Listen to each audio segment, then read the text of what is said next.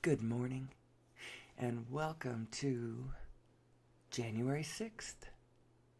I realize now as I say that date, there's likely to be kerfuffles going on out there, people losing their minds. It's all very interesting. What I'm actually doing is a little format I like to call Who Am I? Who am I? Who am I? Both as an individual, as one cell in the body of humanity, as a powerful creator, as an organism on this planet, as a biotechnology. Who am I? Who am I, and how does this world that I have been dropped into, how does it function? And that was probably not correct. I don't think we have been dropped into this space.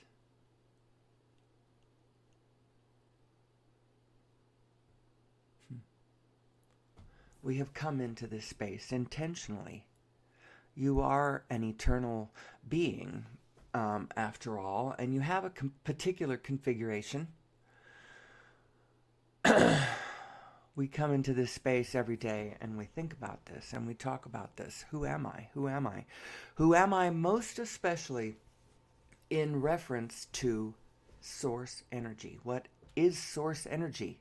And by the way, I am source energy, so once you start poking into the question of what is source energy, the who am I starts filling in the blanks, because you are source energy. So whatever source energy is, you are. That's what you are made of. That's what you are a part of. At the cosmological and the quantum level, at both of those levels, the fact is we are one. We are one. We are one thing. At the level of the universe, I call this the allness. Probably traditionally it was called things like the Almighty, but things were imagined about what it was. A man sitting at a desk judging everything. Well, that's not what source energy is. That's not what God. That's not what the Almighty is. The Almighty is the oneness that we are all a part of. But then that oneness, that singularity of all singularities, that oneness, is individuated into an infinitude of individualnesses. And that's important too, because a lot of people, they tend to focus on one side of the equation. We are one, we are one, we are one with all of everything, just one amorphous blob.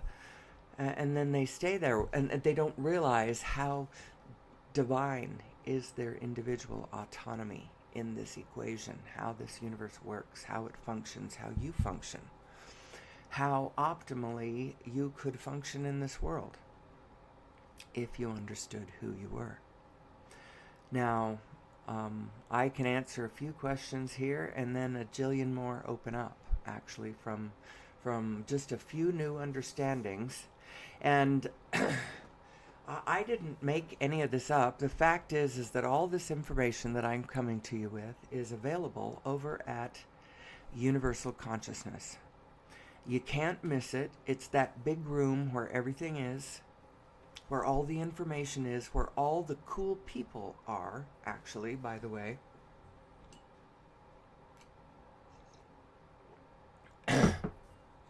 As a matter of fact, most of the stuff that my slides, I've taken them all from other people, but I've put stuff together in my own individual way. I am autonomously divine and a fully individuated fractal integer of this larger system of which I am a part. Amen.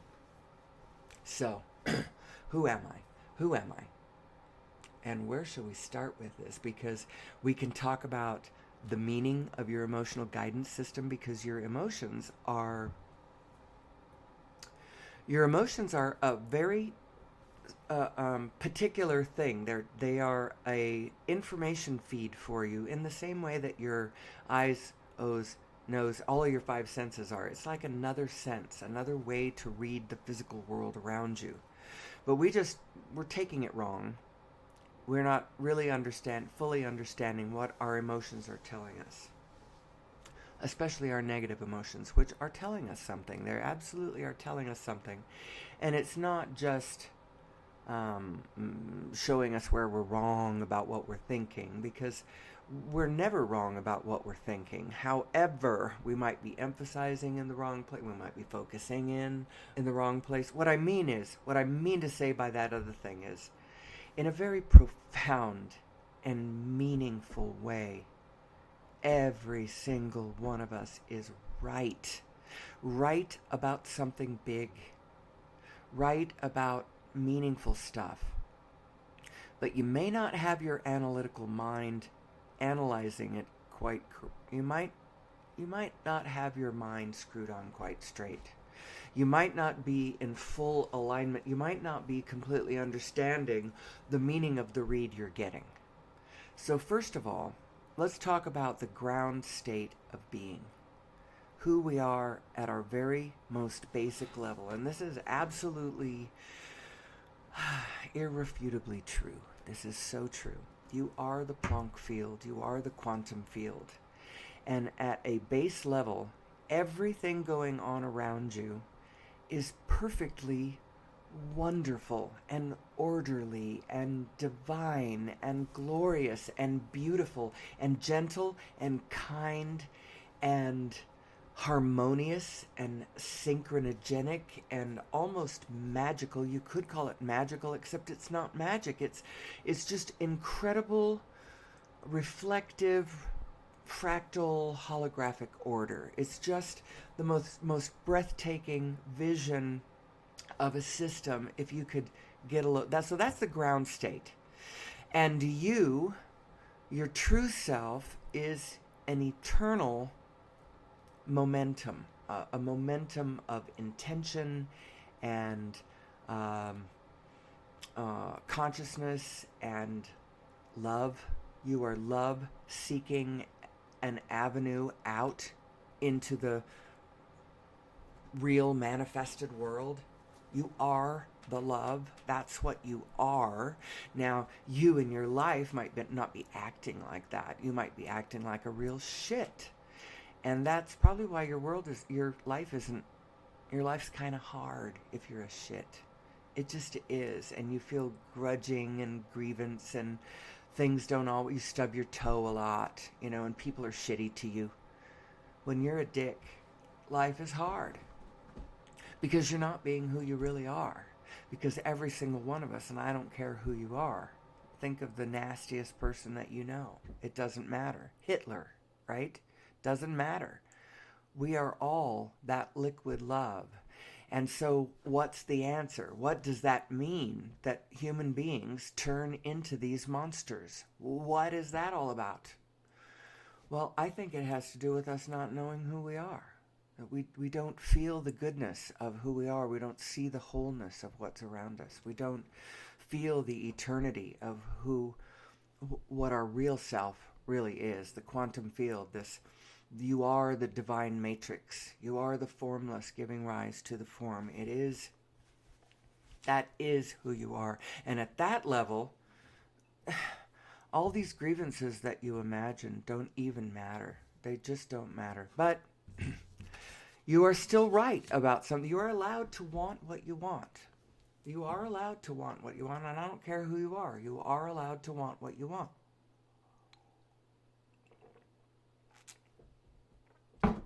But let's examine it right at that point and understand that a little bit further. What does it mean you're allowed to want what you want? But don't a lot of people want things that are mean to other people? Pedophiles want unspeakable things, and then billionaires, they want all the stuff for themselves. So, how can you say you're allowed to want what you want? Well, mainly, so the whole idea of this is to have this little forum where we come in and discuss, who am I? Who am I? Who am I? Where am I going? What does my life mean? What does our lives mean? Who are we as humanity? What are we all about? Where did we come from? That's another good one. Where did we come from? Just in general, I don't know specifically. I don't know what star system they came from, the ones that did this to us. But who am I? This discussion is going to lead us to, I had a different thread. What was I thinking?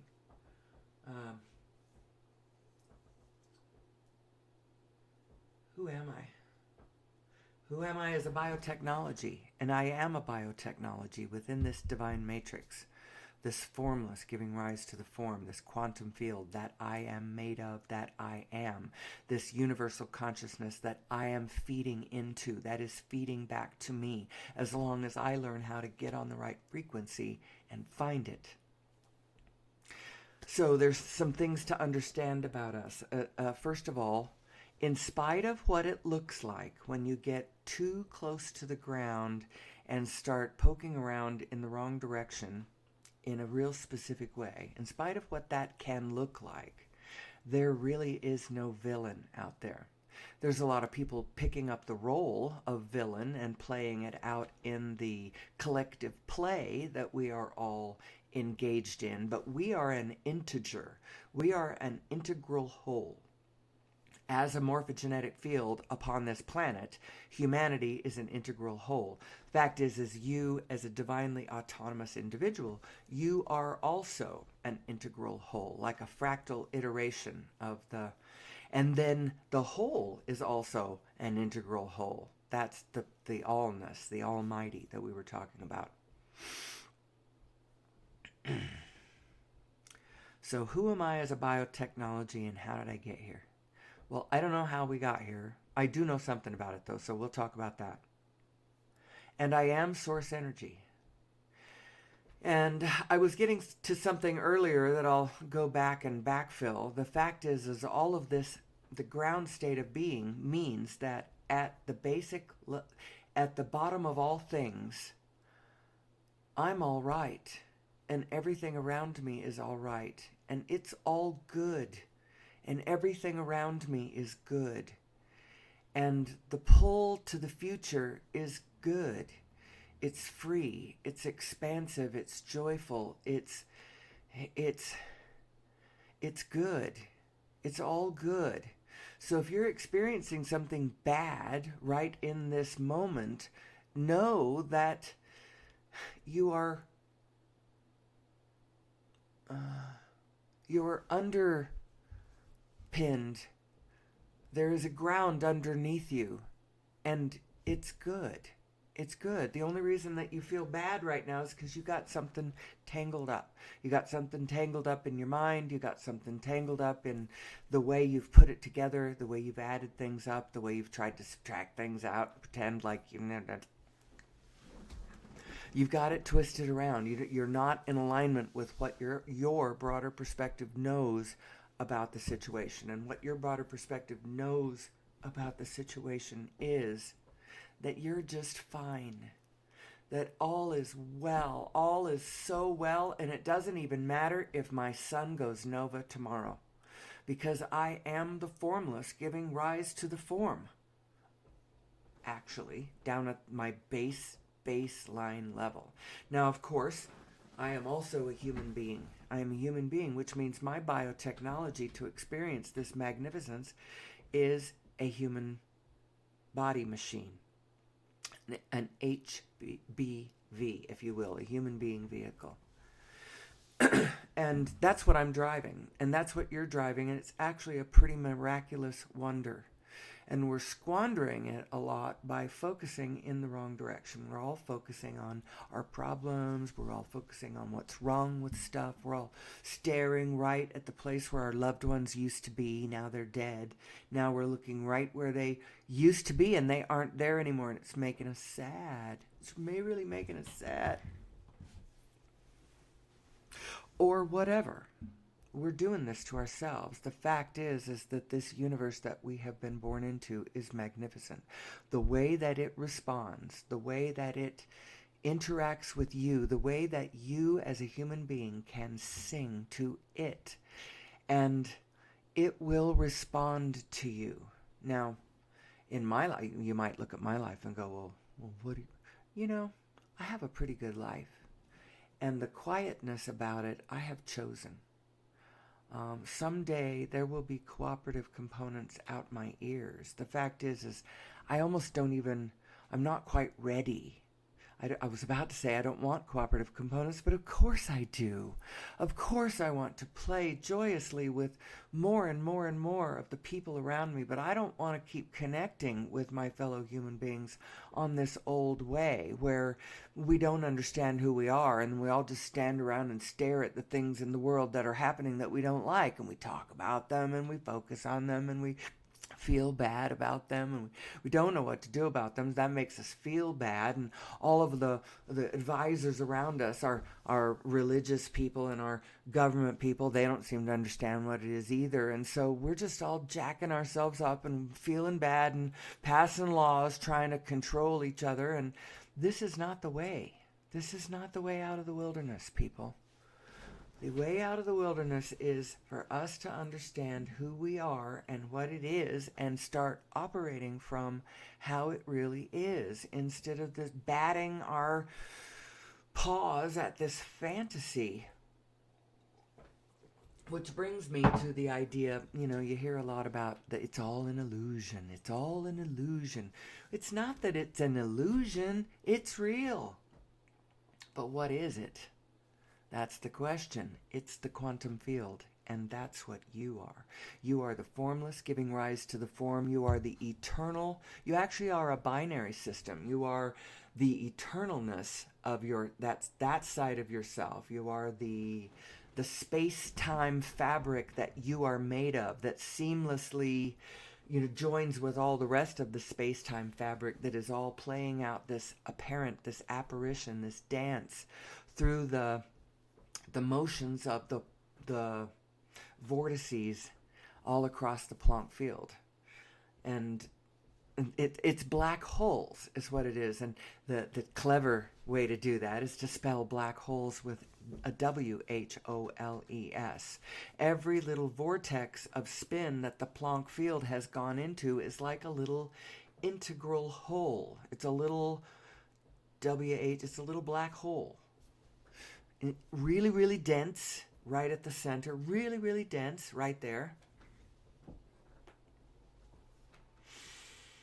The Planck field of every proton reflects all the information of all the protons in existence across the universe. Universe is the multiverse. I'm sure it's across the multiverse, but when it jumps the scale, that information of the universe next door, you might say, and they're not next door, they are nested. Everything is nested. It's going in scales from the sub-Planck to the Planck to the universe to the multiverse. Actually takes you to another scale of up the same line. They're all connected through a singularity, the singularity of all singularities, the one that connects you to all things, because you're not a separate being, although your autonomy within the center of your own spin is divine. You have divine autonomy, and you could exercise it more than you are. And if you aren't exercising it, what can happen is somebody else's momentum can come through and sweep you away. You're kind of grumbling with the few grudges of your own, but you're not really focused on much of anything, and somebody comes in who has quite a large momentum in his some frequency that he's on that resonates with some aspects of you, and the next thing you know, you're part of his momentum. You could exercise your divine autonomy a little more and build the momentum of your center and keep yourself safe. That's a whole nother story. Actually, I need to write a book called Divine Autonomy that explains how that works. But you are at the center of your own center of your center. Look at this. So this is my little bad picture. I went and snagged that off the internet. They're talking about camera apertures. That's not what I'm talking about, but I thought this was a good illustration of what it was I was trying to describe. Think of that left one, that big, that wide open aperture. Think of that as your source energy mind.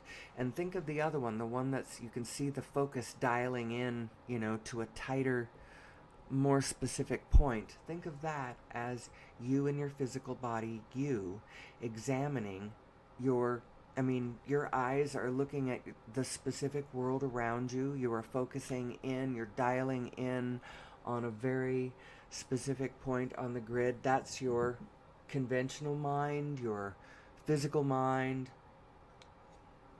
You could even call it your ego mind. And that's probably a good place to call it your ego mind, because you have to realize that don't judge your ego mind. You need your ego mind.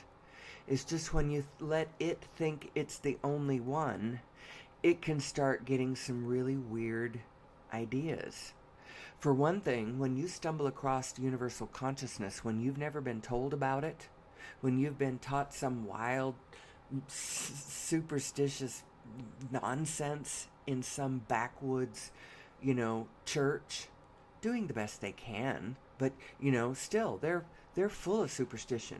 And you've been taught that, and then you run across within yourself universal consciousness, you think you're the only one there. And you can get grand, weird ideas thinking Jesus is, speaking to you, and that he's telling you to act on your anger, and, or whatever. Whatever weird things people do when they think that their physical specific mind is the only one they've got. They actually have another mind, and this other mind is your source energy mind. It's connected to all that really is. It knows where all the atoms are, all the protons, all the atoms, all of the motion. It knows where everything is. It knows how everything's moving. It knows who you are and where you've just come from. All the information from where I just was is all here with your source energy here and now. It's the information of everything is in the quantum field, and your inner being is reading it, because your inner being can read it, because you don't have to go anywhere to have all the information come to you, because that's how the universe is. It's holographic. It's holographic, and that's really important. It's really important. The source of all things is everywhere, because what the source of all things, what the source of all the energy is it's everything interacting with everything across the field all the time, everywhere, all the time, everywhere, everything, all the time. That it's that jiggle of the Plancks touching and passing each other's information to each other across the multiverse. That's what source energy is. So you don't have to go anywhere, because it's everywhere. And quite frankly, we can tap into this. We could tap into this as free, clean energy, unlimited free, clean energy everywhere at the what I call the POD, point of desire, everywhere. And one of the reasons why, do I want to jump right there? Was that the right place to go?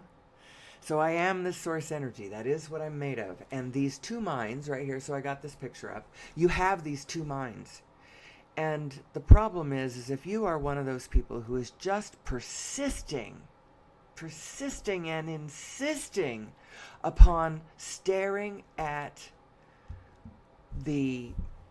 right at the gaping hole, or right at the thing that is giving you the most grief, going negative, if you will, choosing negative thoughts with your ego mind, with your physical, I don't want to call it the ego mind. That is such a pejorative to so many people. It's just your physical mind, the one that is dealing with, it's your analytical mind, it's your analytical human biotech system at work. Nothing wrong with this aspect of your mind.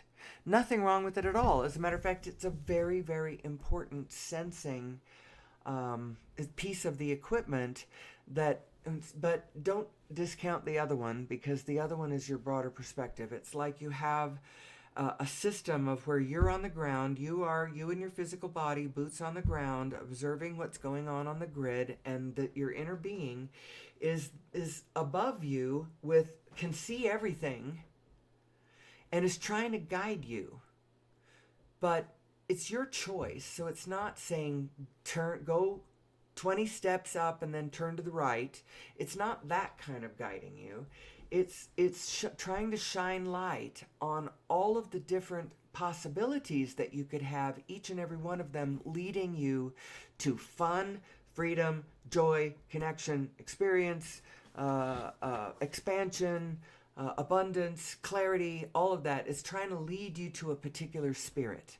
Because from my perspective, I don't care how it turns out, as long as it's loving and kind and supportive and abundant and joyful and beautiful and, smooth sailing. If it's that spirit, what do I care about the details? And that's always been kind of my attitude about life.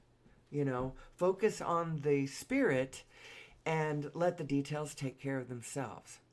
Well, up until this point, I've been kind of living a pretty general life. This thing I'm doing now, this getting into this room every morning and doing this little forum where we talk about who am I, that's kind of new for me. In any case, who am I? So, when you persist in taking negative thoughts, you'll be beaten up by that pure positive side of you that will never, ever, ever look anywhere but positive. And the reason you're going to get beat up is because what you're going to get beat up by is the difference between those frequencies. That negative frequency that you keep insisting on taking as you try to, make heads or tails of the world around you, as you're looking at the world around you and saying, yeah, but I don't like this, my lover left, my child died, something terrible happened to me, and I just can't quit looking right at the part of it that's bothering me.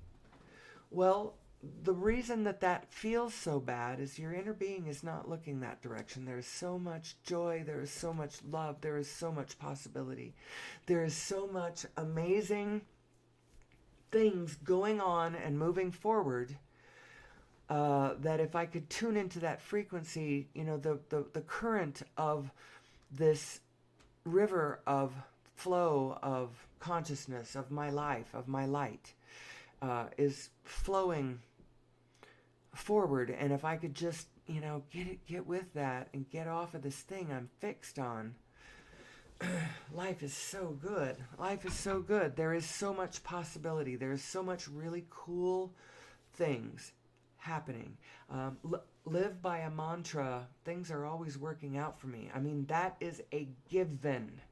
I don't care if the volcano just killed all your family. For some, we are bigger than we are imagining, and to our bigger, greater self, all things are working out to the better. As a matter of fact, all of the wars and all of the terrible things that we have committed upon this planet are actually in service of this thing that I believe I am serving now, because we need to know who we are. That's what's causing the problem. That's what is causing us to imagine that there is an us and them. There isn't an us and them. There is only us. And we are a single morphogenetic field upon this planet. And if we would recognize that so how is this all working out for us? Doesn't look like it's working out. Well, I'll tell you what.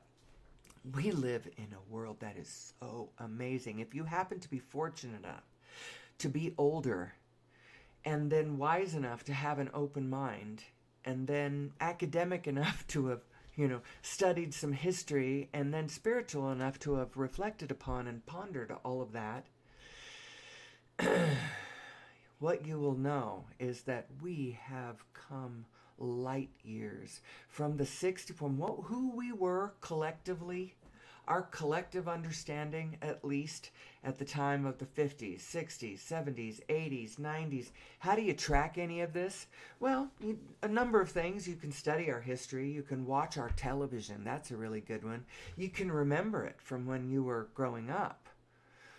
how people were and what they talked about and what the general understanding about who we were and what was going on, where that was then and where it is now.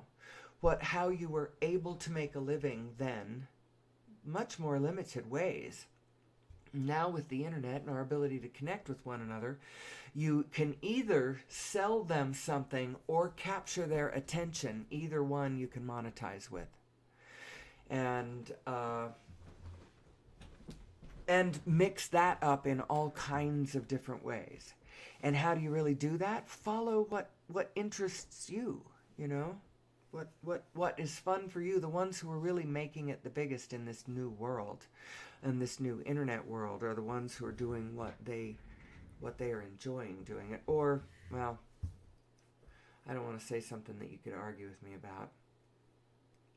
Fact is you are these two beings, the source energy mind and then your physical, a specific mind. And what's the idea? You got to line those two minds up. And actually, it's something like this.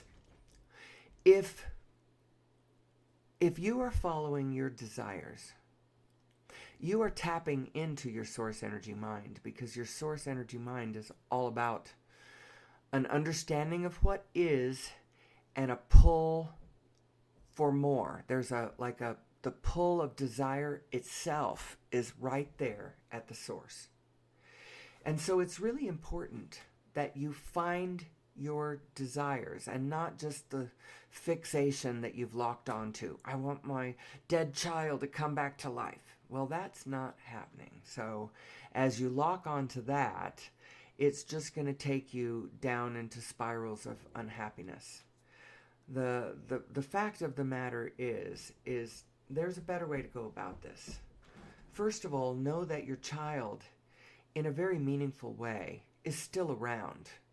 That frequency, that spirit, that consciousness, that knowing, that thing you loved about your child, that person that was in there that you knew that you miss. Not her body, or not his body. I have different friends who have lost children, and it's so sad, the thought of losing a child. Oh, my daughter, she loves her child so much. If she lost that child, oh my goodness.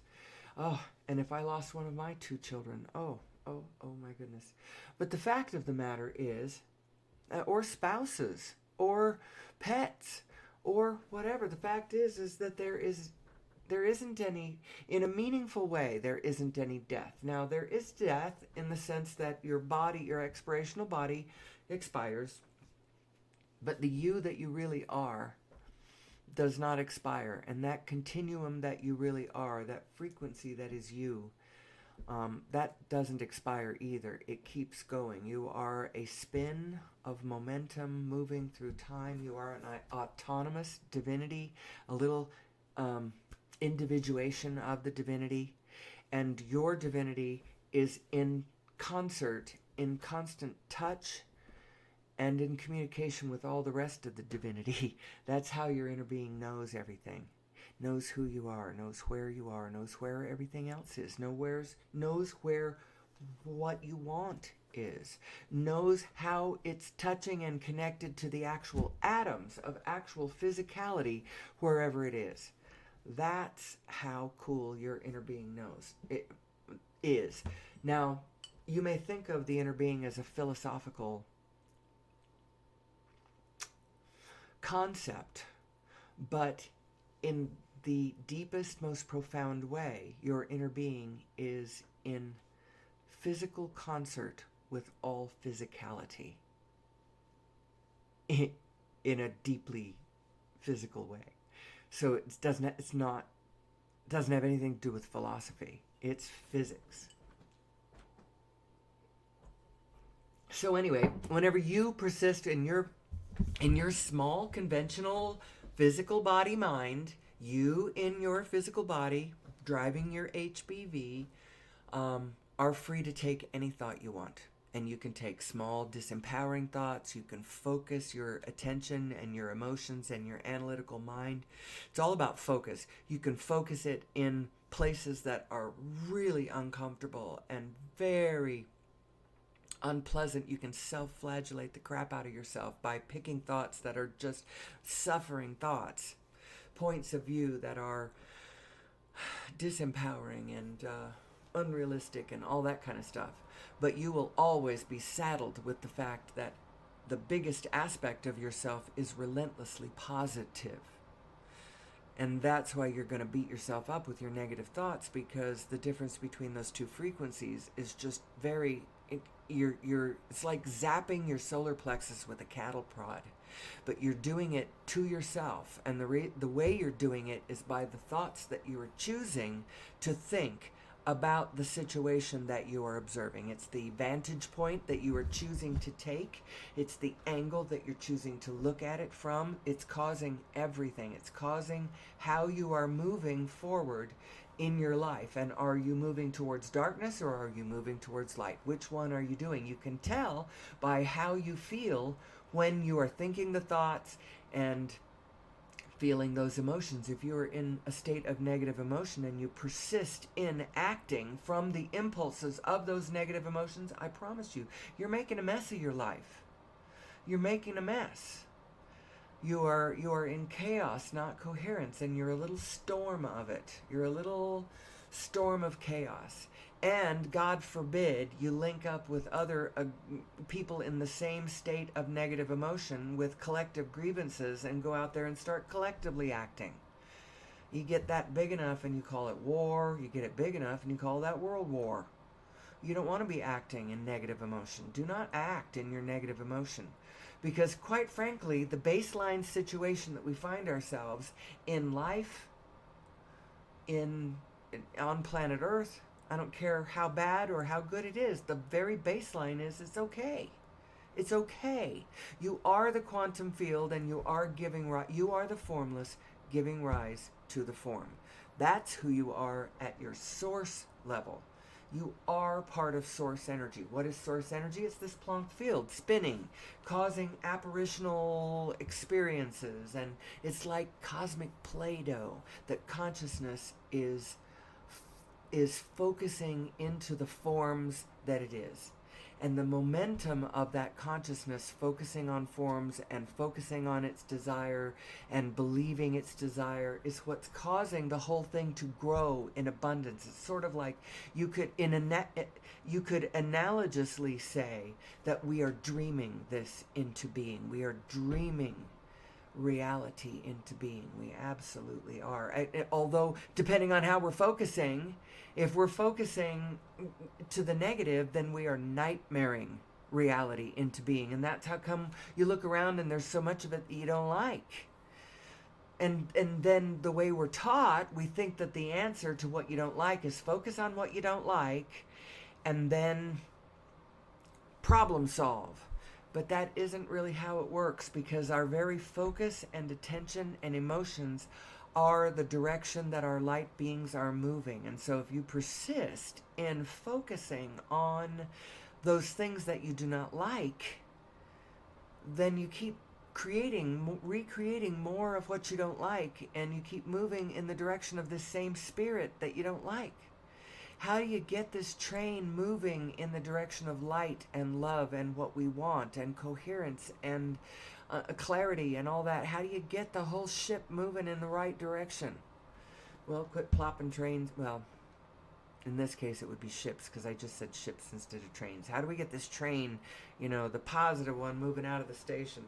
Quit plopping the negative trains down in the opposite direction. Well, you got to focus on what you want.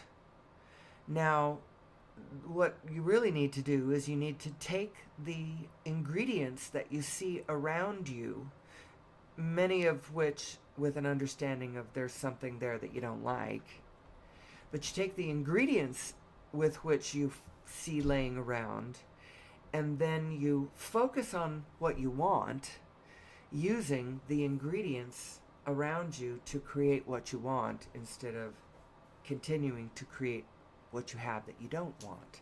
Now, what would that mean to a human being right now in the 21st century? Well, I'm going to tell you a bunch of things that as humanity I think we don't want them, but we've got them. And a lot of people spend a lot of time focusing on these things in their big and little ways. We have a lot of things on planet Earth right now that I don't care for, and you probably don't care for them either. Things like the sixth mass extinction on planet Earth, the fact that the oceans are acidifying and they're becoming less healthy.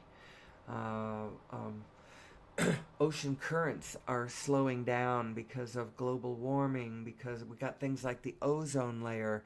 The global warming thing is, while I believe that it's largely a cyclical event, cosmological, not being caused by human beings, it is absolutely enormously being exacerbated by human beings through our burning of fossil fuels, and that's not helping the situation. It's accelerating it to a really uncomfortable level. And the other problem is that it's not just we're poisoning the planet as we pull that fossil fuel up out of the ground. Maybe it's tar sands, and we're piping it across sacred aquifers down to refineries. And then, that the refineries are fairly polluting, but then we take the finished product, put it on barges, and send it across heaving seas manned by human beings who are prone to human error and all that kind of stuff. We're quarreling over going to war in the regions where the fossil fuels are coming from, and the little oligarchs are supporting there's a lot of detriment to the fossil fuel industry, even if you are one of those people who are claiming that human beings are not fully causing the global warming aspect. We certainly are causing the sixth mass extinction of the diversity of the biodiversity on planet Earth by our activities. We certainly are doing that, however you want to argue the rest of it. And I don't like it, and I'm sure you don't like it either. I'm going to tell you a bunch of other things that I don't like. Drowning polar bears. I don't like that. I don't like that. How about the way human beings treat dogs in Korea? I don't like that. I spent the worst day of my life on that one, I need to tell you. I don't like the phenomenon of authoritarian psychosis. I don't like that. I don't like Wetiko disease. I don't like the way human beings can forget their light and go with darkness. I just cannot, and they're not understanding who they are and who we are. I don't like how wicked people can be, right? I don't like any of that. I don't like Garbage Island.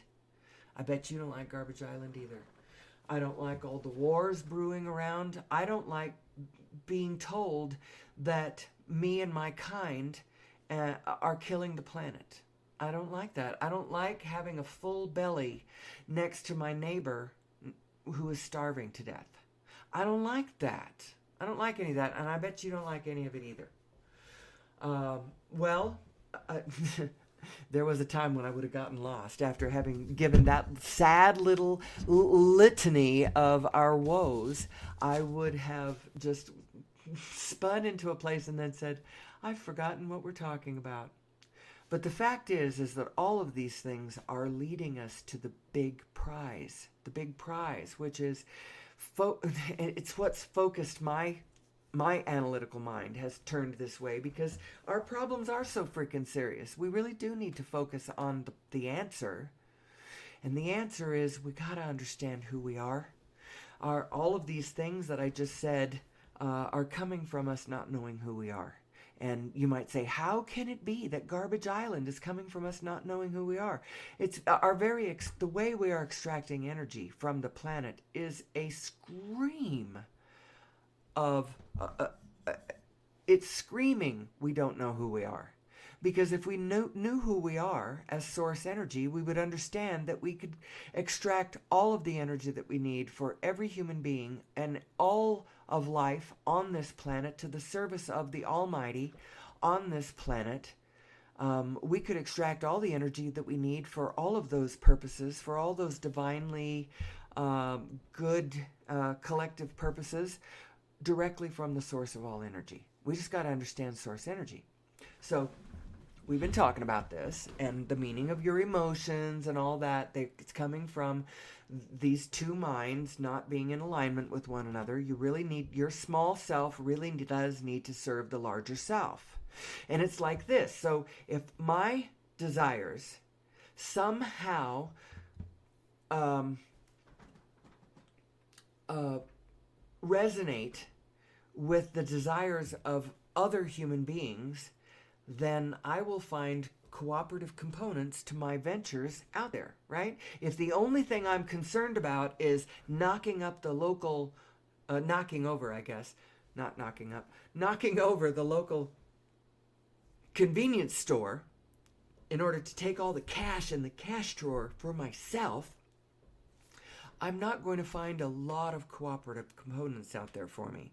There might be some disenfranchised, ignorant dude that might help me with that, but it's not like I'm going to get all of humanity helping me with that one, because there just isn't, it doesn't resonate with anybody else, right? So it's that kind of thing too. If your life is just thinking about only taking care of yourself, you may be doing it all by yourself.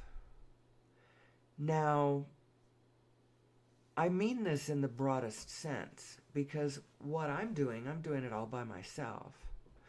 But I feel like this understanding serves all of us. And I feel the wings of this energy,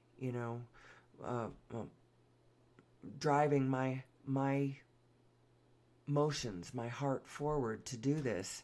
And I know that there will be cooperative components to what it is I'm trying to do. I want us to understand who we are so that we can solve all of those problems that I just said. Every single one of those problems can be solved. Oh, I forgot. The desertification, the growing deserts. The deserts are growing.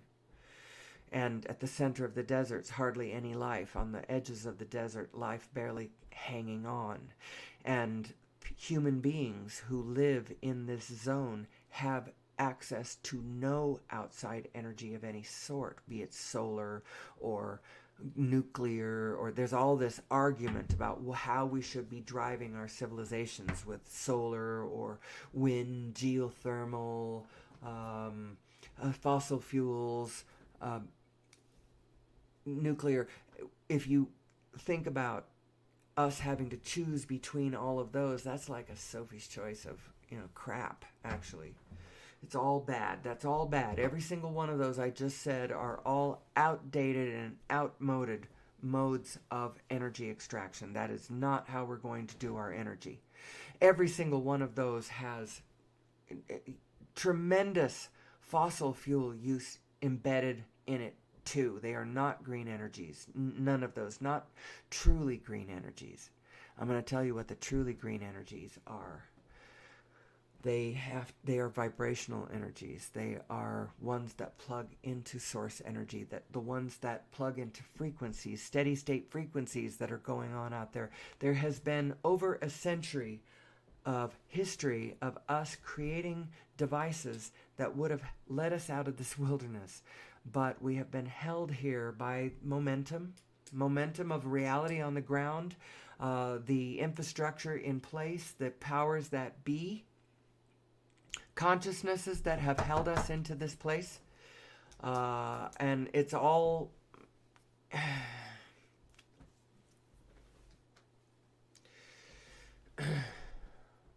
There is a century of history of us creating what I'm going to call over-unity devices. Devices that put out more energy than they take to run. They could have led us away from us using fossil fuels, but those human beings whose wealth whose capitalization is coming from the reality of this fossil fuel extraction and burning, even natural gas, which you think is all cleaner, but the fracking involved that extracts that natural gas is far from clean, uses millions and millions of gallons of water, pumps proprietary brews of noxious chemicals down into aquifers.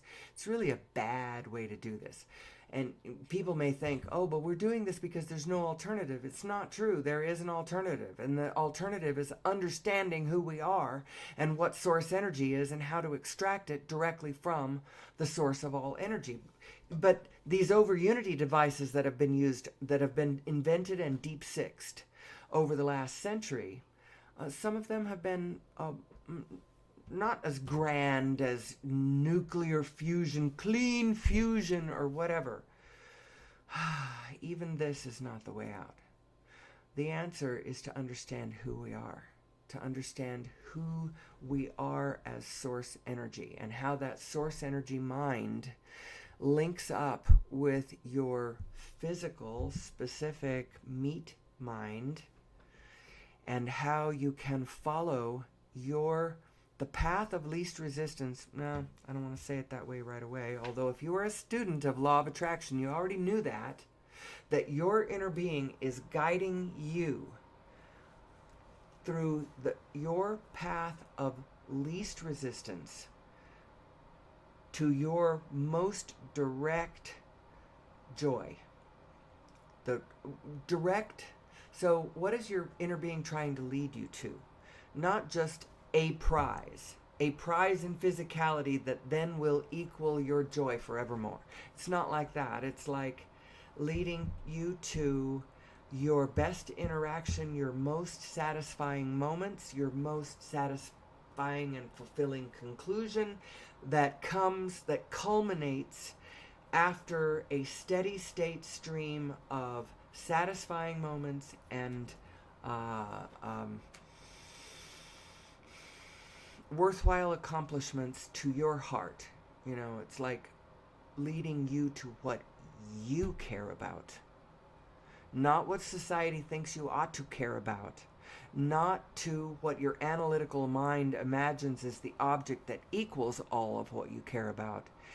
Your inner being is trying to lead you, specific you, to what you actually care about. Because the way this works is every step of your life, as you have cried out in desire, or cried out, maybe just noticed, oh, I like this. I like peace. I like action. I like peaceful action. I like peaceful, satisfying, entertaining, abundant, fulfilling, beautiful, creative action. Maybe that's what you've been saying. I don't know. It depends on who you are. It turns out that for me, momentum was never the priority for me. Turns out that my priority has been alignment. And it's only later in my life here as I recognize, oh, this is why I had never really got certain things in my physicality life going to any spectacular degree, because I kept plopping trains down in the opposite direction in my, pros and cons, pluses and minus kind of way of looking at things. My objectivity has led me to a place where so now, as I recognize how the momentum works, I can start building my positive momentum, and who knows what's going to happen with my life. Doesn't matter. We're talking about who am I in general. Who am I? Who am I as a physicality? Who am I as a human being? Who am I as a biotechnology? Who am I as source energy? Who am I as a powerful creator? Where am I going? How do we solve humanity's problems through this understanding? Well, it's going to lead us to a better understanding of source energy itself, because you are source energy. And this understanding of who I am is going to lead us to what is source energy and how to plug directly into it instead of to the fossil fuels and the nuclear energy and even the solar and the geothermal and the electric cars and the lithium batteries with the it is so dirty, so freaking dirty. It qualifies as human activity causing mass extinction on planet Earth. Something I do not like, something I do not want. Now, we actually have the technology to solve every single one of those problems. Every one of those problems, we have the technology, we just don't have the energy source. Because if you're trying to resequester carbon into the ground, for instance, you know how to do it, but it takes energy to do it. And the energy that you're using to resequester the carbon is dirty freaking energy, and at the same time has this massive carbon footprint. Well, you haven't really gone anywhere. You've got one train going one way, one train going the other way. It's actually worse than that. You're one step forward, two steps back, and that's not the answer. There is a long history of these kinds of devices and ideas that could have led us out of this. But because our consciousness wasn't there, every one of these devices was deep sixed. This is my line. Often along with the inventor, deep sixed right along with the inventor. But the time is, the genie is out of the bottle, is what you might say about this. Everybody knows too much now for this to stay under wraps. And I, for instance, am nobody. I am nobody.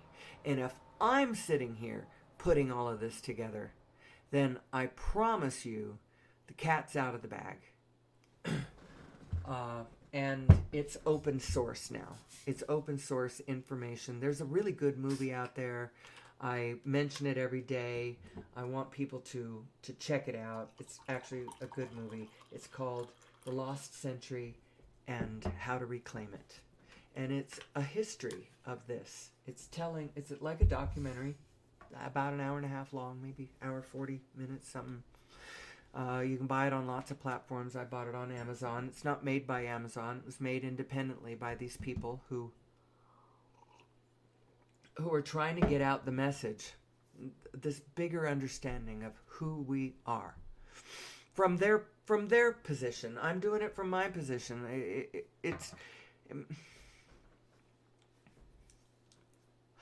It's not information that everybody doesn't have access to. Everybody has access to all of this.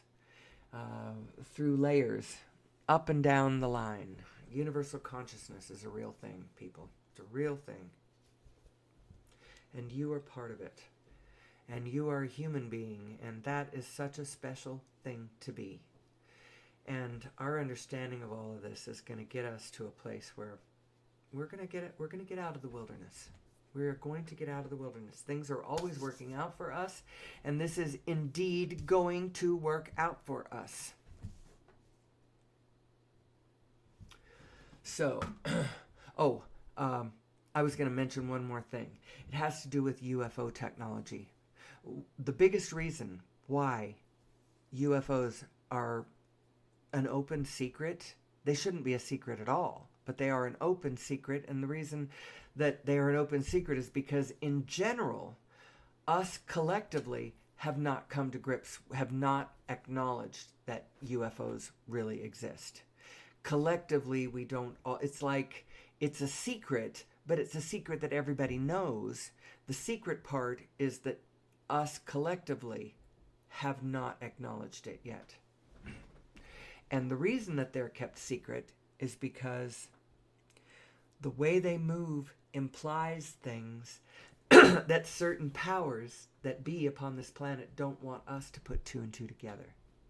Not really obviously, like scratching our heads going, look at that. We should be learning something from this. Oh, no, nothing to see here, nothing to see here. We must keep burning those fossil fuels because that's where my billions come from. That's where my Learjets come from. That's where my Cayman Island-based mega yachts come from. My ability to buy private islands and,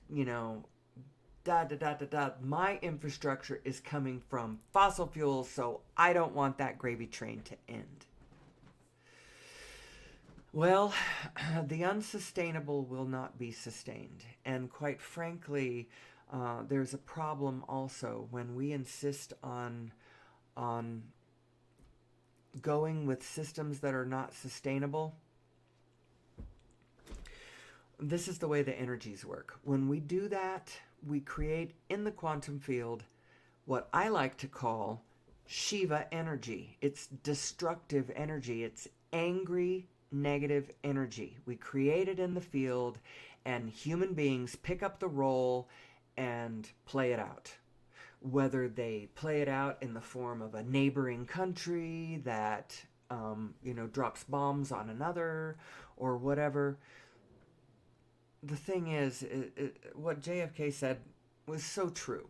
When you don't allow, when you make peaceful revolution impossible, you make violent revolution inevitable. And it's sort of like when you build things that are not sustainable, you create Shiva energy that is going to knock it down. And that's not an exact I wasn't exactly synonymous. I sort of shifted that spirit a little bit, but it is kind of the same thing. So let's get into talking about source energy, who we are, and how this works. I claim that a better understanding of this is going to... So source energy is the Planck field. The divine matrix itself is what we want to talk about and better, more fully understand this divine matrix that you are embedded in, you're a part of, you're made of it. There's no boundaries in the Planck field between you and anything else around you. You are one thing with all of this. There is one thing going on, and it is this Planck field spinning. All of the individual protons are little vortices of spin, this Planck field spinning. And then the spins get bigger.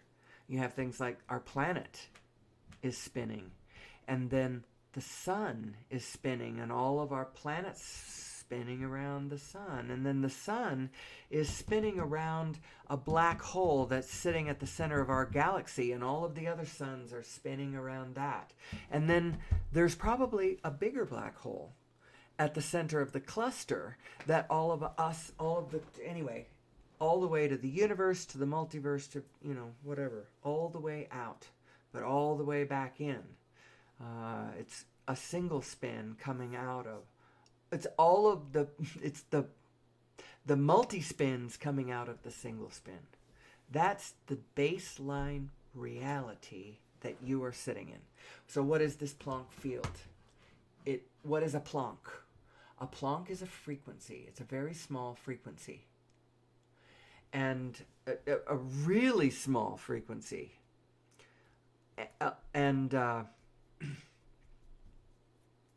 How it's calculated is you take a packet of light, a photon, going at the speed of light, crossing its own diameter, which is very, very small, going very, very fast, a very small thing going very fast, going a very short distance, and that's what a Planck is.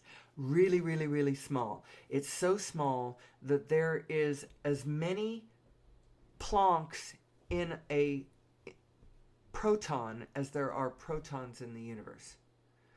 Those things, they're reflecting each other. I don't know if it's the number or the configuration, the information of all the Plancks, of all the protons in the universe are present, I'm not saying this right, in the Planck field of every proton. And this is how many Plancks are in a proton. Proton's really small. It's the mass at the center of a single atom.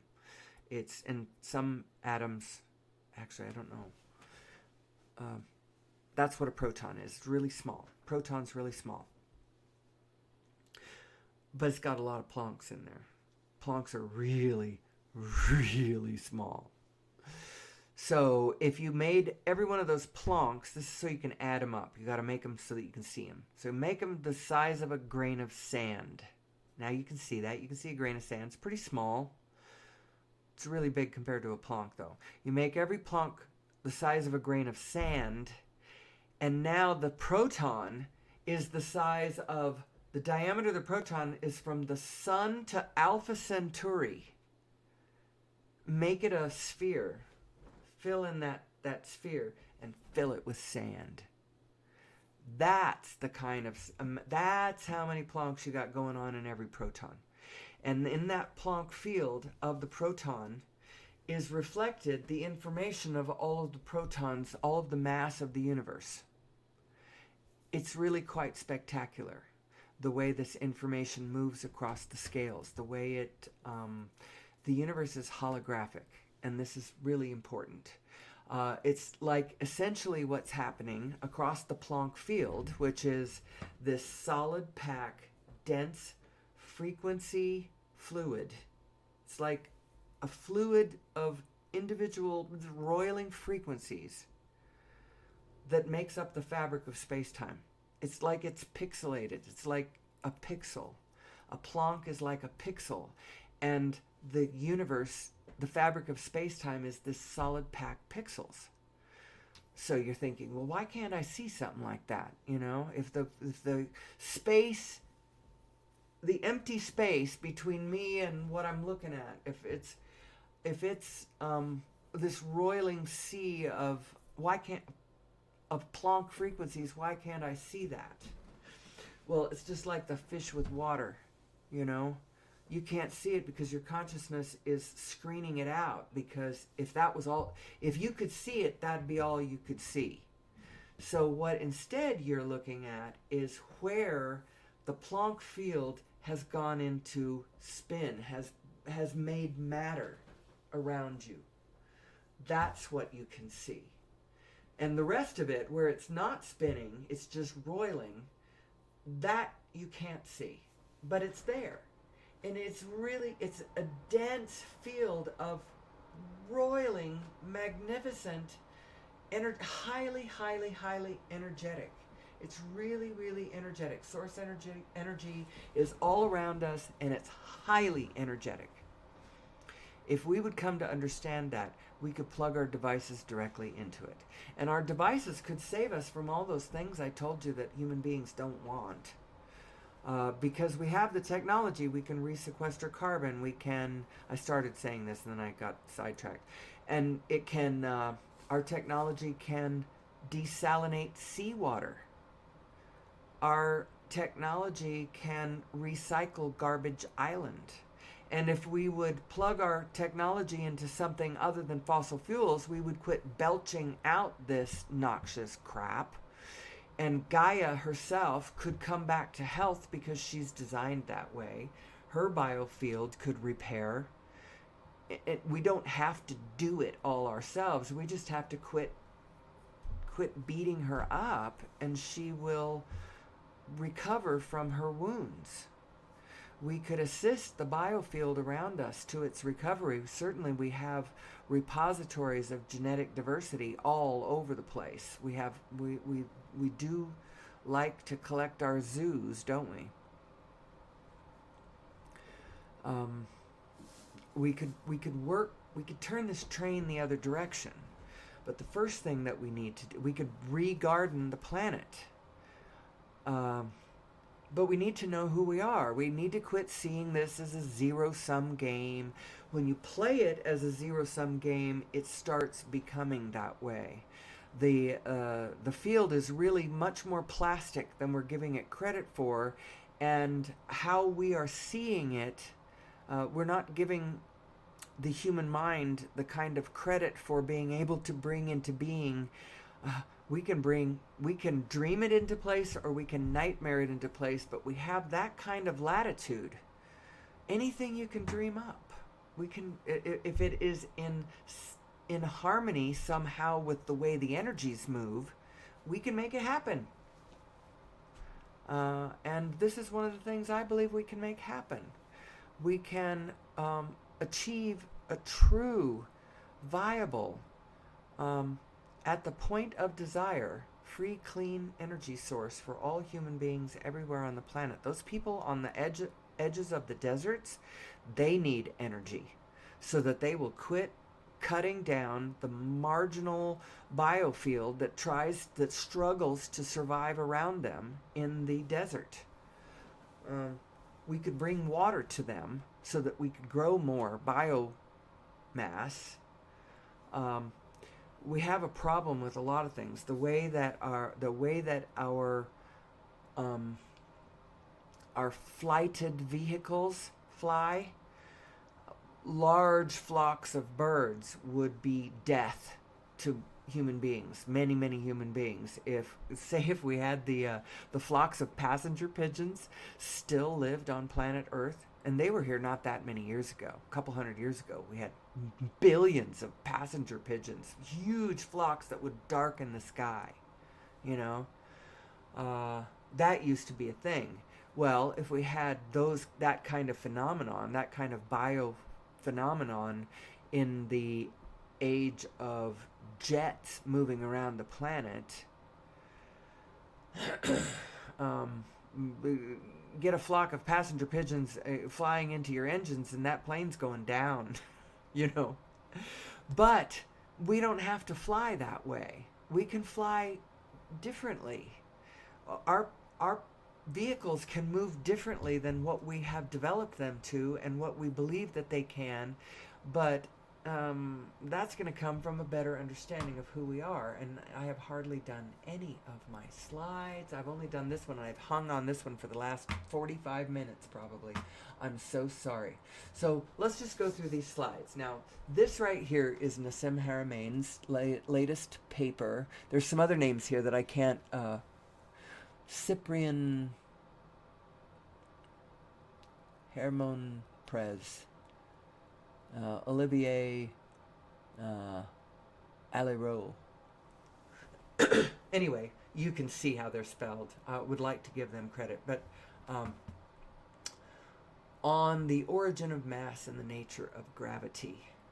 This is the mathematics that underpins the technologies that we can build that will tap into source energy. Here's the full abstract of his paper if you're nerdy and interested in that. It's actually quite a mouthful, and just like all other scientific papers, it's speaking to mathematicians and physicists who speak the language of math. If you don't, it's probably harder for you to understand. This slide right here, I screen captured it from his paper. This is explaining how the Planck field of every proton relates to all the protons in the universe. It's the mathematics of how that works. This right here is showing how as matter emerges across the event horizon of the zero-point energy field, how spin is baked into the cake. It comes into materiality spinning. Spin is fundamental, and how that relates to the forces of gravity and us understanding those forces of gravity so that we can work with them, conquer them, if you will, lift our vehicles easily up off the surface of the planet without all this thrust and things. Conquering gravity as opposed to, burning our way. So here's one more. This has to do with black hole physics and how the whole thing is. Remember, I told you it's black holes all the way up and all the way down. They're fractal integers of they're fractal integral expressions of the allness is what they are. All the way up and all the way down. You're made of that, you are that, and your inner being is in touch with that. Your source energy mind, your inner being, think of it as that, well, it's your cosmic, how do I put this? Your cosmic or cosmological vibrational anatomy. It's that aspect of you that continues on past your skin. Because you are more than just your body. You are connected from the edge of your body all the way out to all of everything that is. And it's happening vibrationally. How does that work? Well, let's see. What do we need to get to right now?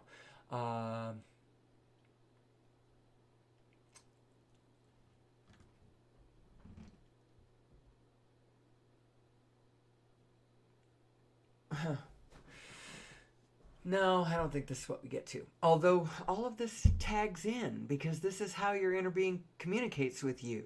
Your inner being has its thoughts, you have your thoughts. When your thoughts and your inner being's thoughts resonate with one another, you feel good. When your thoughts and your inner being's thoughts do not resonate with one another, you feel bad. But you don't really have any control over what your inner being thinks because your inner being is thinking thoughts with everything else in physicality all around you all the time right now. And it thinks what it thinks. It's thinking what it's thinking, you know? And that has to do with where all the protons are and how everything's moving and what everything's intentions is. And it also has to do with how love is trying to advance.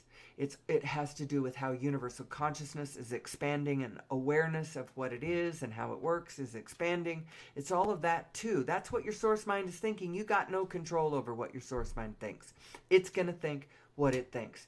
And warning, disclaimer, it's always going to think positive. So when you think other than that, you aren't resonating anymore and now you feel bad. You're blaming it on the conditions you're looking at, but it's not the conditions that's actually giving you that gut awful feeling. It's the way you are looking at it. It's the way you are interpreting it. It's the thoughts that you're taking about it. You don't have to like Garbage Island. And you don't have to like all of the things that I said. As a matter of fact, I don't like any of those.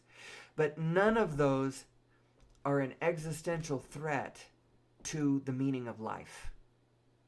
None of those things. Not even, the loss of a loved one. The fact is you got to get it through your head. These frequencies don't go anywhere. Your inner being your loved one laid their body down.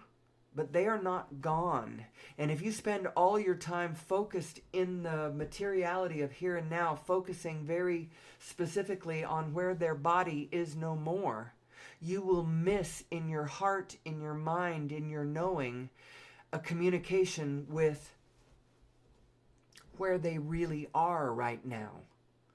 Your loved one is still here. Now that doesn't, maybe they left a young family behind and they needed their person in physicality. And so that is sad, but your inner being isn't looking back. Your inner being is looking forward now at all the possibilities, now at all the love on the ground, now at all the potential relationships, now, where are we moving forward? Where is the good? Where is the freedom? Where is the love? Where is the satisfaction? Where's the desire? That's what your inner being is always looking at. Look forward with her and you will feel better. Quit looking back. It doesn't mean that you are being disloyal to their memory. As a matter of fact, you can find a way to look forward and bring them with you. Don't think of them as they aren't back there. Where they really are isn't back there where you are looking. They are with you here and now. They are a frequency. They are an intention. They are a continuum of desire, intention, momentum, consciousness. They are a frequency and they are still here and they're still looking at what's going on. They're still interested in what's going on, in the physicality of what's going on. They are their source energy self, and their source energy self is still connected to all the source energy stuff going on around you.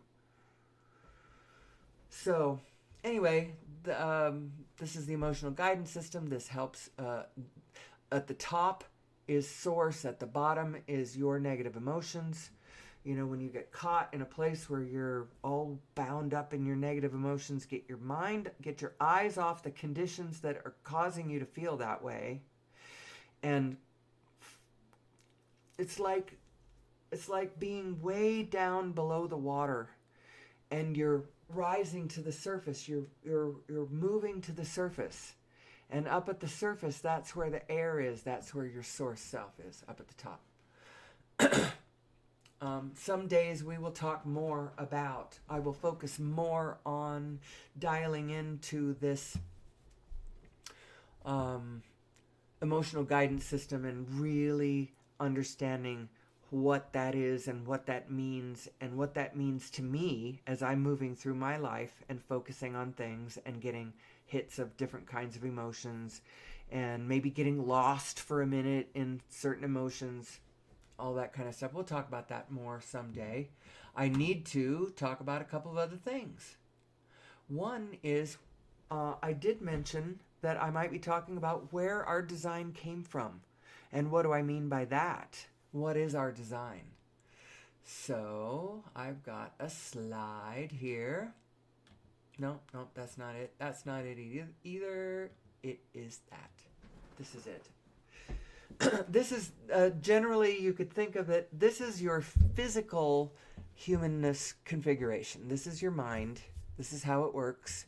You have the lower minds as they're all working with. It's like they're feeding you information, they're regulating certain things, they're operating on certain aspects of your life and being. And then, so you got your lizard brain, your mammalian brain. Those are all parts of the human system. We still have those. And then on top of that, you have another layer of mind that we call the neocortex. And this is like your overview mind. This is like your the part of your human anatomy that is analogous to your broader perspective. This is your ability to step back from the situation and see a bigger frame, take a broader perspective conclusion about things, not just knee-jerk to the hormones or whatever of the lower brains. And your mammalian brain is hormonal. It's largely hormonal.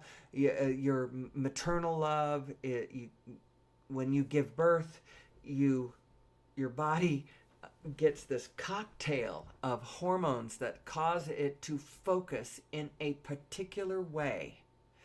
Because you need to focus on that child. You need to care about that child. You need to protect that child and teach that child. Whereas before, when you were just a reptile, you just laid your eggs and went. And that child, when it hatched, was on its own. And its ability to, interact with the field around it effectively, to protect itself, well, that was in its genetics. Because mama didn't have nothing to do with that anymore. She was not going to be around to teach the baby like it would if it was a mammal or even a bird. You have to have hormones that cause your focus to focus inwards. That takes you from a lizard to a mammal. And then the neocortex takes you from just being any old mammal to being a human being, which I used to, people talk about human exceptionalism. And I used to so object to this idea of human exceptionalism, because if we were exceptional at anything, it was just awful stuff, killing the planet, killing each other, destroying things, suffering, nightmares. We were good at all that stuff. But I didn't actually agree with our human exceptionalism. I have come to agree with our human exceptionalism. We are in possession of a magnificent design, and we need to appreciate that. We need to work with it, and we need to understand it. Who am I? Who am I? Where did I come from? And how does this dual binary system of this physical mind that you're seeing a diagram of right here, and my source mind, my vibrational aspect that is in touch with all the rest of the field, that knows what's going on, knows what I care about, knows how to lead me to the conditions that match the emotions that I want to feel. How about that? So you look around and what do you want? Well, you want things. The reason you think you want things is because you believe that there's an emotion associated with them. If I have lots of money, I will feel that emotion of freedom. If I build a big enough wall around my house, I will feel secure. If I have enough people around me, I won't feel alone. I will feel, or that sort of thing. It's these objects and targets that we believe are associated with these feelings we want to feel. But the actual way to do this is to learn how to feel these feelings, and then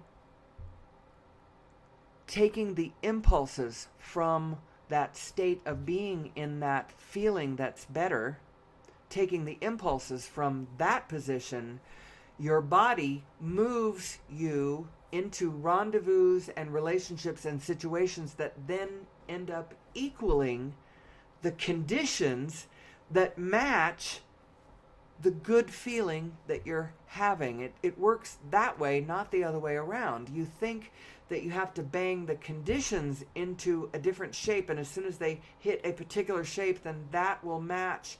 Oh, now I can feel good because that condition out there is what it is. And it's the opposite way. You learn to feel good, and then you drive your human ship into the rendezvous and conditions that match that good feeling. You morphogenize the field around you to match the good feelings that you're having. You don't bang the conditions into place until they're good and then you feel good about that. You can't do that.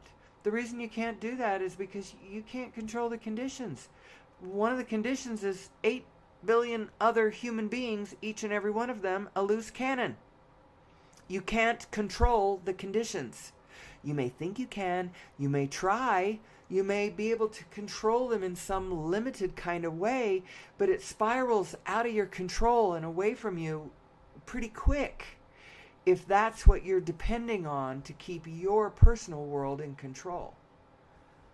I'm telling you, a much better way to do this is to learn how to line your inner being up with your outer being, and then move from those better feeling impulses. Your inner being's trying to guide you right to what you want.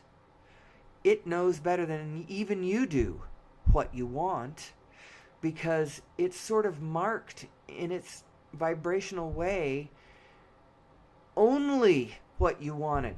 All the stuff that you didn't want, it wasn't looking at. It's only looking at what you want.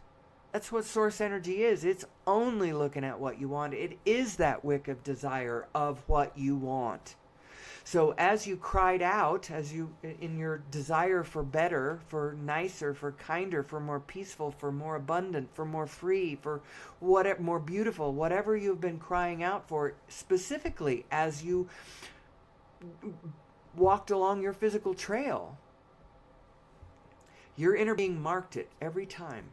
That's what she wants, that's what she likes, that's her favorite color, that's the person that's just made her heart leap, that's the species of tree that makes her heart sing, that's the bird that symbolizes, every single thing. And it hasn't just been sitting there, it's been baking, because everything around you that it was connected to as you cried out has been in motion.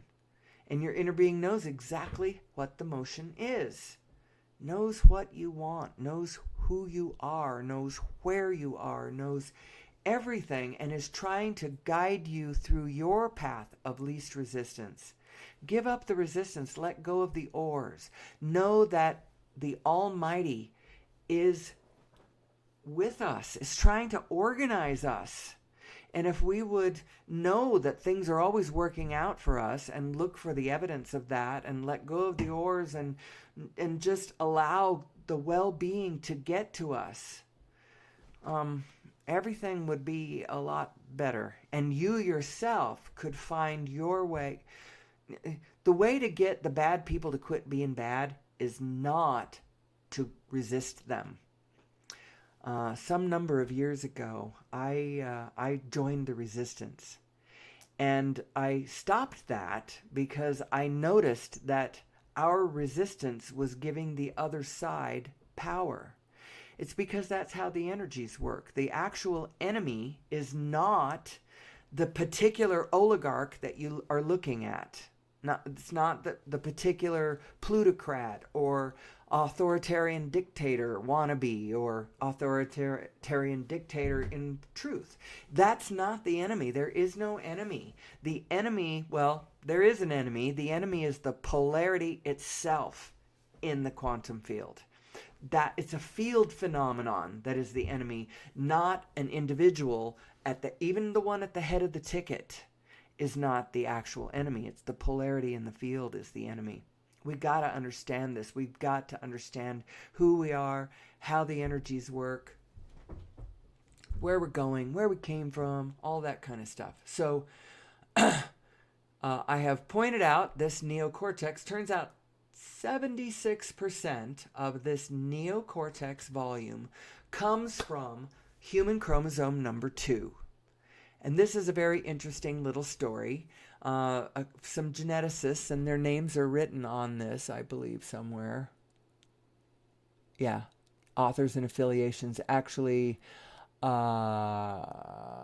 you can go look at this. This is very simple to find. I've put this one up because this will help you to find it. It's pnas.org. This volume came out October 15th, 1991, and it is 40 articles in. I couldn't find a table of contents, so I had to just look at all the titles of the articles, and I found it, and here it is. Origin of human chromosome number 2, an ancestral telomere to telomere fusion. This chromosome is responsible for 76% of the neocortex volume, which is basically that layer of mind that makes us human, not just any old mammal. This is the full abstract. And if you notice, this is what this abstract says. We have identified da-di-da-di-da. They're basically saying we have examined this chromosome very thoroughly, and in the sequences of the stuff on both sides of the telomere, we conclude, this is what we conclude, that this configuration that we're looking at is the relic of an ancient telomere to telomere fusion, and marks the point at which two ancestral ape chromosomes fused to give rise to human chromosome number 2. Goodness gracious, that is quite the mouthful right there. It's basically saying this chromosome, this fusion of this chromosome, lifted us from apes to humans. It's kind of saying that. It's also, it didn't just happen and then, I don't think this happened accidentally. Because if you read the whole article, what they're saying is that two chromosomes were fused together, telomere to telomere, and then they outline the sequencing of the different genomes and cosmids and all that, whatever it is that geneticists talk about. But these sequences on both sides indicate that redundancies on both sides of this fusion were clipped away, and it helped stabilize the fusion. So Greg Braden has a slide. The other one, I already showed you. That first one was Greg Braden's slide too. You can see his little face up in the upper right corner. This is his slide. And he doesn't really not as baldly as I'm going to be saying this. He's a little more coy, a little more cagey about it, but he's basically saying the same thing.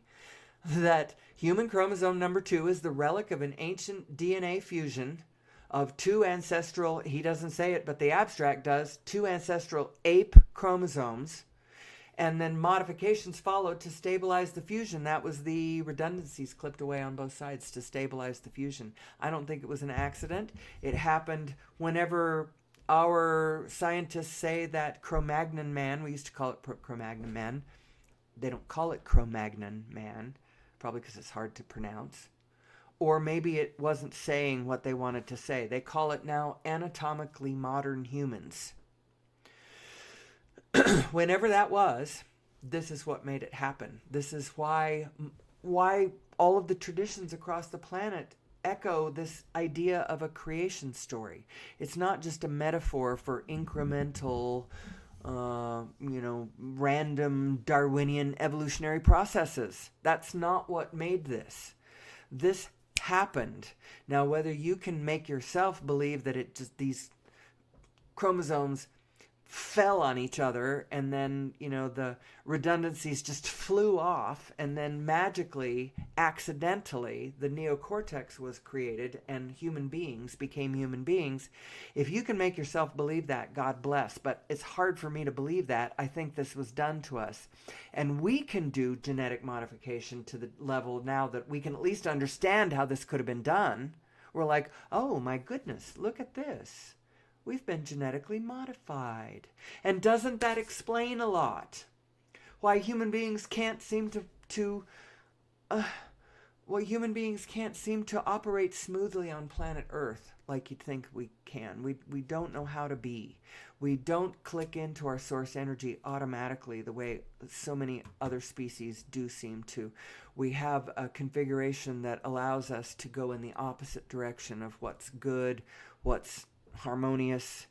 We can open up this gap between where we are and what we want that's pretty spectacular.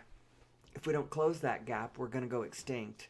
And I don't really want us to, because in the process of us going extinct, I smell a lot of suffering in there,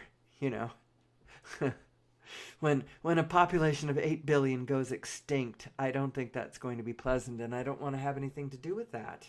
And I don't think it's necessary, because we actually live in a framework that is infinite potential possibility. We just got to quit seeing this as a zero-sum game. We got to quit focusing so much on what we've got. We got to focus more on what we want. It all has to do with the steps of creation. Steps 1, 2, 3, 4, 5. Step 1, I ask. My life causes me to ask for more. That's that wick of my desire. My desire for more, for better, for kinder, for more abundant, more playful, more freedom, more. I want more, and my inner being marks the more that I want and now calls me that direction. How does it call me? Pay attention to how you feel, because it's calling you through your emotions. When you feel good, you're on the track. When you feel bad, you're opposite. And so you can work with that. You may have to massage your feelings and your thoughts. You might have to massage those, because you got to find a place where you can believe what you want. Your small mind is your beliefs, your source mind is your desires. You got to get those two in the same place. If you want things, your mind has translated those things that you want into things that it believes you can't have, you've just short-circuited the whole system. This is what I want. I want a loving partner that will, be true to me and love me and be partner with me on this planet.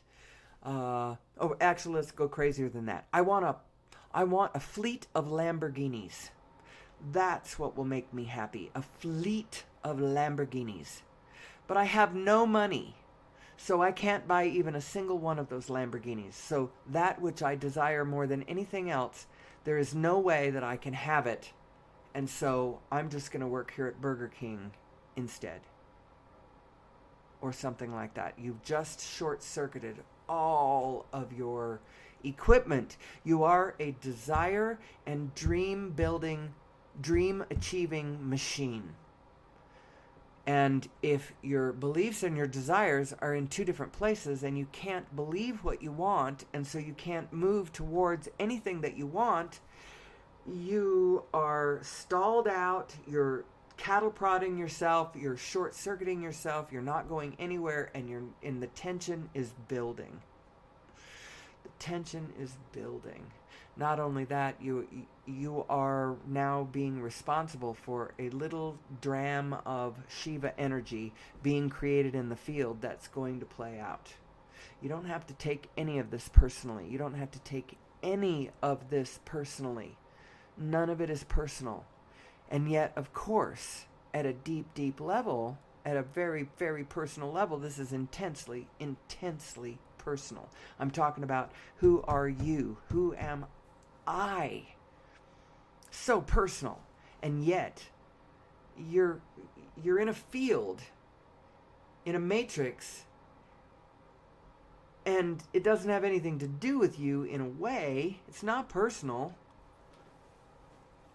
It's both intensely personal and not personal at all. It's like the paradox of existence, you know? You live as though you're going to die tomorrow, and you live as though you will never ever die. You are an eternal being, and both of those things are true, and that's the paradox that you got to live, you know?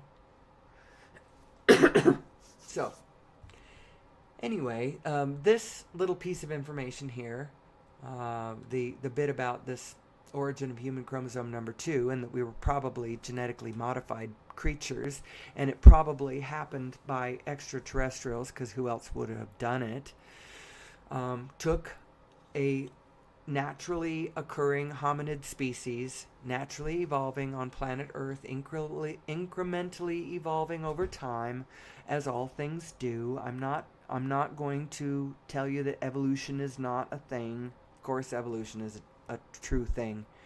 But they took some naturally evolving species on planet Earth and did a little genetic tweak to us and made us human.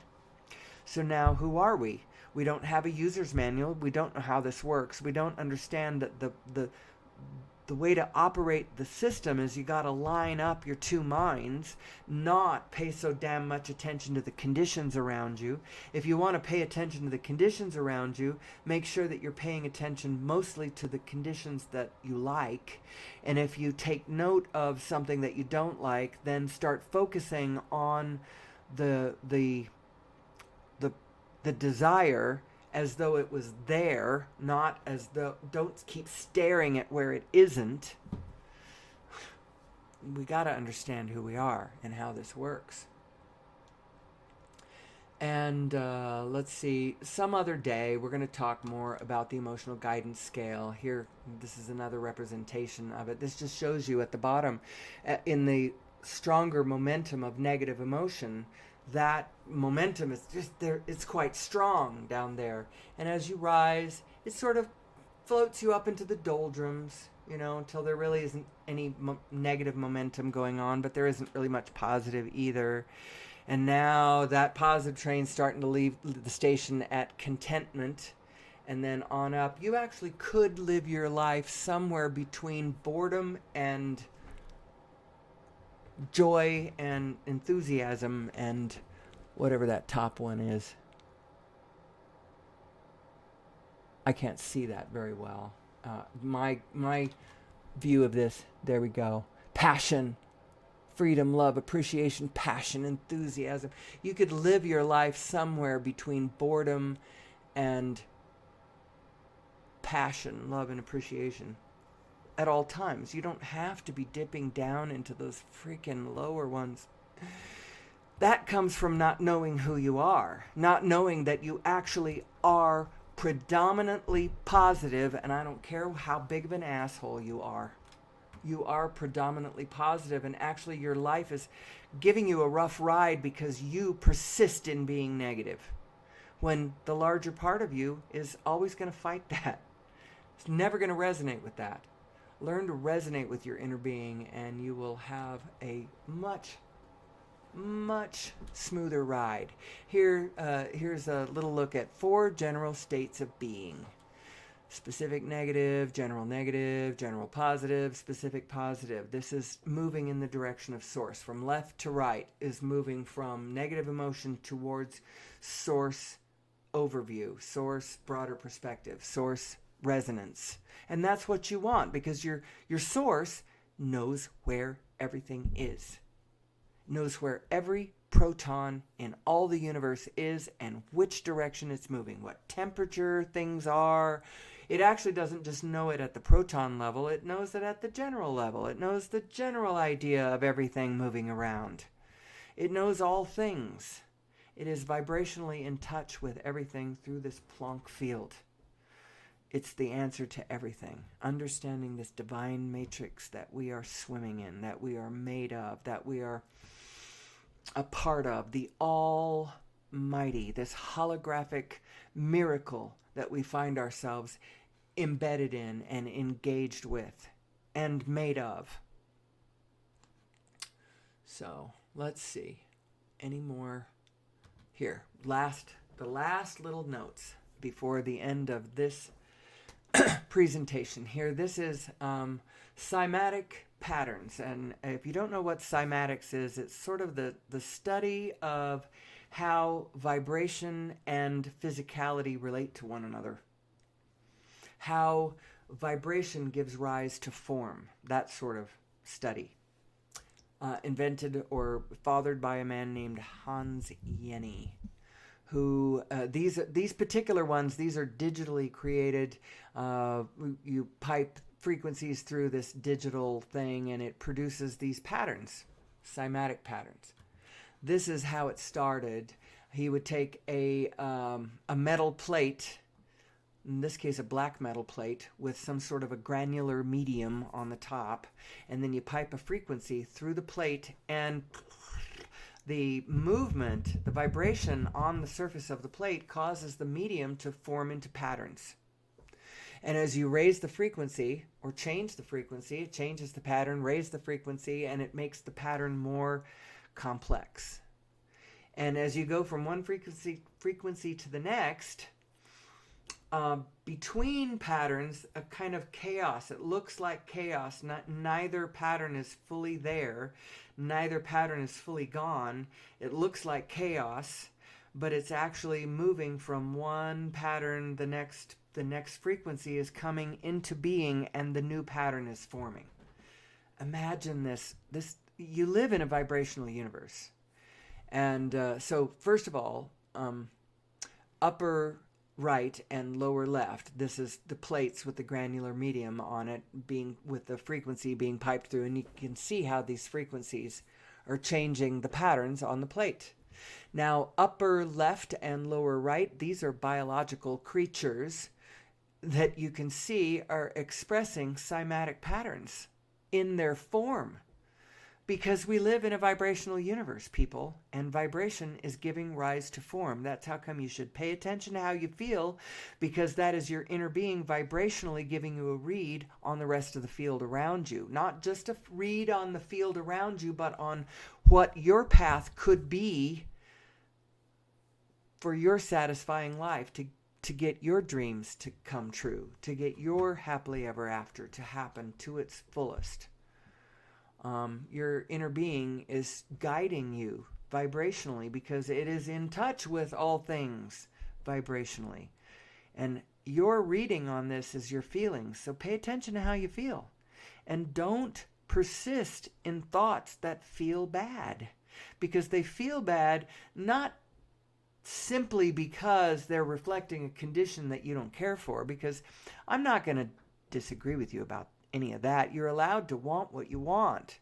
You want your child to come back to life. You want your lover to come back to your bed. You want your life to go back to what it used to be. But it's not going to happen because vibrationally that's not the truth of the situation.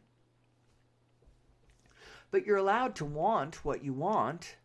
The fact is your inner being knows the culmination of all things that you want, knows the vibration of all things that you want, knows where it's located in the field. And you're allowed to want what you want, but if you persist in staring at what you don't want and zapping yourself with that contrary negative energy, that's not going to get you what you want.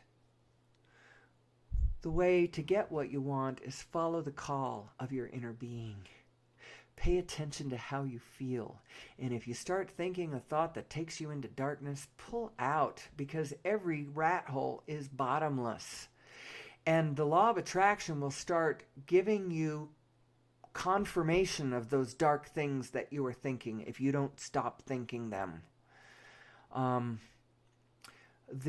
How you feel, what you're thinking about and how you feel is a direct reflection of the direction that you are taking your path, the direction that you are walking in your life.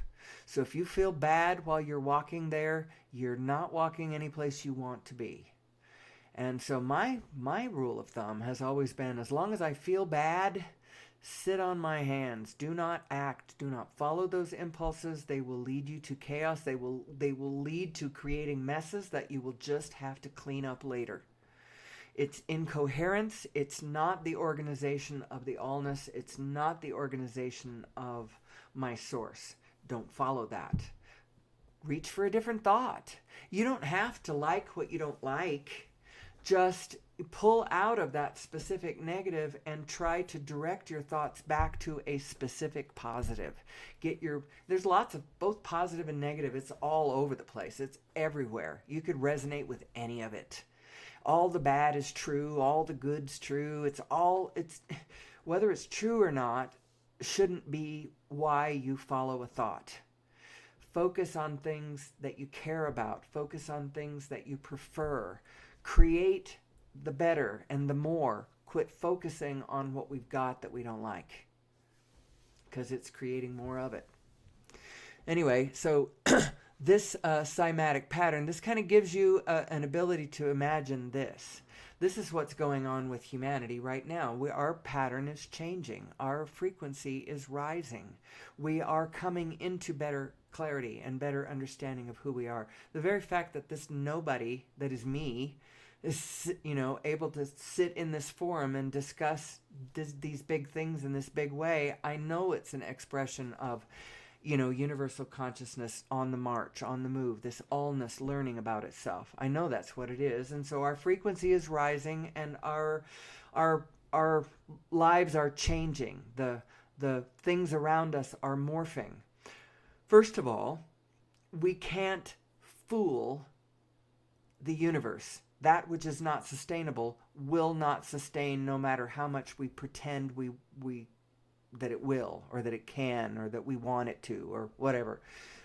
The unsustainable will not sustain. And so there are things in the field that are falling away because they can't be sustained. This fossil fuel crap cannot be sustained. We will kill the planet. We will kill ourselves. We will kill Mother Gaia before we have burned it all up. And so we can't keep doing that. The good news is we don't need to. The mathematics has been done that helps us to understand source energy itself, how matter emerges across the event horizon of the singularity of all singularities. Amen. How gravity is baked into the cake. The mathematics has been done, and we should now be focusing our attention on over unity devices, plugged directly into source energy devices, studying UFOs and how they're moving, because they are implying how you could do this. That's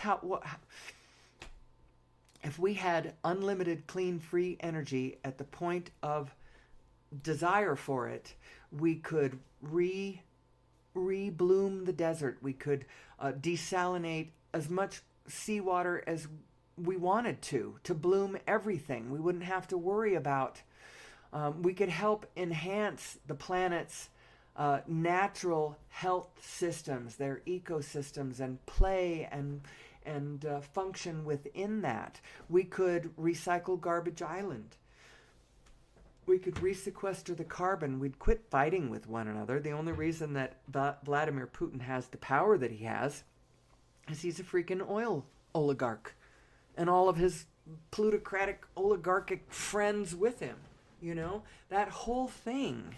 None of these paradigms need to exist. It isn't an accident that so much quarreling keeps happening in the Middle East. It's because of all that freaking oil there.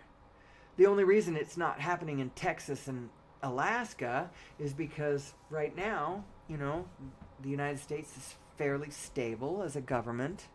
But we really need to get a handle on it. We need to get out ahead of this, because life's coming at us. Our population is rising. There's actually no reason why this planet can't support 10 billion human beings. Maybe 20 billion. It doesn't matter. The number of human beings wouldn't matter if we understood who we were and worked with the abundant nature of the field to begin with. We could rebloom the planet, and it could support, doesn't matter how many human beings, and all the other creatures that would go along with it. The only problem is that our population keeps growing and we keep killing everything else. Well, that's not sustainable, is it? We're not going to get to that place where we're all standing on the planet and that we're all looking at the last seedling. We'll all be dead by that time. We are part of this life system. We can't separate ourselves. We are part of this allness. We need to know who we are. Now, one last thing, because I am coming up on 2 hours, and I really don't want to be longer than 2 hours. The last one I'm going to leave you with is the kleshas. These are from Buddhist philosophy, and I find them very interesting in the light of what we have been talking about this morning. The 5 kleshas, considered to be the root cause of all suffering. Not knowing what's real, grasping and clinging to the unreal, being afraid of the unreal and recoiling from it, identifying with an imaginary self, and fear of death. Now, when you understand who you are as source energy and understand what source energy is, it is spin, it is this Planck field spinning, it is the divine matrix that we all find ourselves in, this holographic miracle of a universe that we exist in, that would serve us very well if we understood how it worked. We would be able to turn the ship of humanity around, and our vortex of creation could come, which I didn't hardly talk at all about today. So I'll talk about that more tomorrow.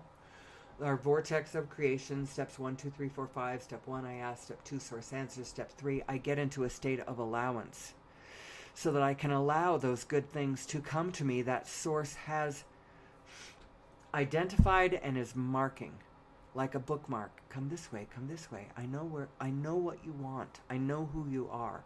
I know where what you want is. Follow my guidance. We'll talk about that more tomorrow. Step 3, allowance. Step 4, you get good at step 3. Step 5, you're back in step 1, and you're not mad because you understand this system. Oh, this is what's happening. Yes, okay. You're allowed to want what you want. And then allow source to guide you to the answer of all that you have asked for and all that we have asked for as human beings. And since I am coming up on 2 hours, I'm gonna have to stop. But I'll be back tomorrow. I'll be back to do it again, and I hope that you'll be with me. A lot of it I'm going to be saying the same kind of thing, but I never know what order, what side things that I'm going to remember and bring in. I will try to make it a little bit different every day, although the general message is the same. We are miraculous biotechnology created by some extraterrestrial force 200,000 years ago, give or take a few decades. We were granted a magnificent ability to sing to the quantum field, to dream big dreams into being. That is what we are. And us using that ability will allow us to overcome all of the problems that, the so-called problems that human beings face on this planet right now. Problems of sustainability and excessive suffering. I don't like to feel the suffering of the field around me. It doesn't make me feel happy. I want to be a happy person in a field of happy people, on a planet of abundance, seething with happy creatures and interactive play and such going on. That's what I want. And I suspect that you want the same. And to that end, we will work again tomorrow and the next day and the next day to further this end. That's what I want. I want to focus on this. Let's get to a place where we are beyond fossil fuels and we understand who we are as source energy. And with that, I'm going to leave you until tomorrow. And so I still don't have my sign-off line. I'm doing this. Until then, I bid you peace.